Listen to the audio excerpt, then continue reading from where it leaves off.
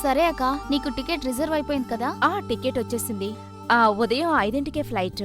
Okay, ముందు వెళ్ళగానే mister కపూర్ని meet చేయాలి. మిస్టర్ కపూర్కి నేను అన్ని విషయాలు చెప్పాను. ఆయన నీకు కావాల్సిన అన్ని విషయాలు ఏర్పాటు చేస్తారు. నువ్వేం భయపడకు, మన బిజినెస్ చాలా బాగా ఇంప్రూవ్ అవుతుంది. ఓకేనాక? నువ్వు మాత్రం రాజ్ని చాలా జాగ్రత్తగా చూసుకోవాలి. ఓకే, నీకన్నా ఎక్కువగా చూసుకుంటానులే. కానీ నువ్వు అక్కడి నుంచి నాకు అప్పటికప్పుడు ఫోన్ చేసి అన్ని విషయాలు చెప్తూ ఉండాలి. సరేనాక? Okay. By the way, Raj ఎక్కడా?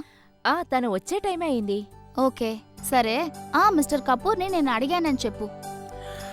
థ్యాంక్ గాడ్ రాజ్, మొత్తానికి నువ్వు వచ్చేసావు. How was your day? Good. ఏంటి మీరిద్దరు ఏదో సీరియస్ గా డిస్కషన్ అక్క చేసుకుంటున్నారు? ఢిల్లీకి వెళ్తోంది. మేమిద్దరం Okay. కలిసి ఒక బిజినెస్ స్టార్ట్ చేయబోతున్నాం. నేను వెళ్ళి ఎల్లుండి ఉదయాన్నే ఓ, వచ్చేస్తాను. నేను వినకూడదంటారా?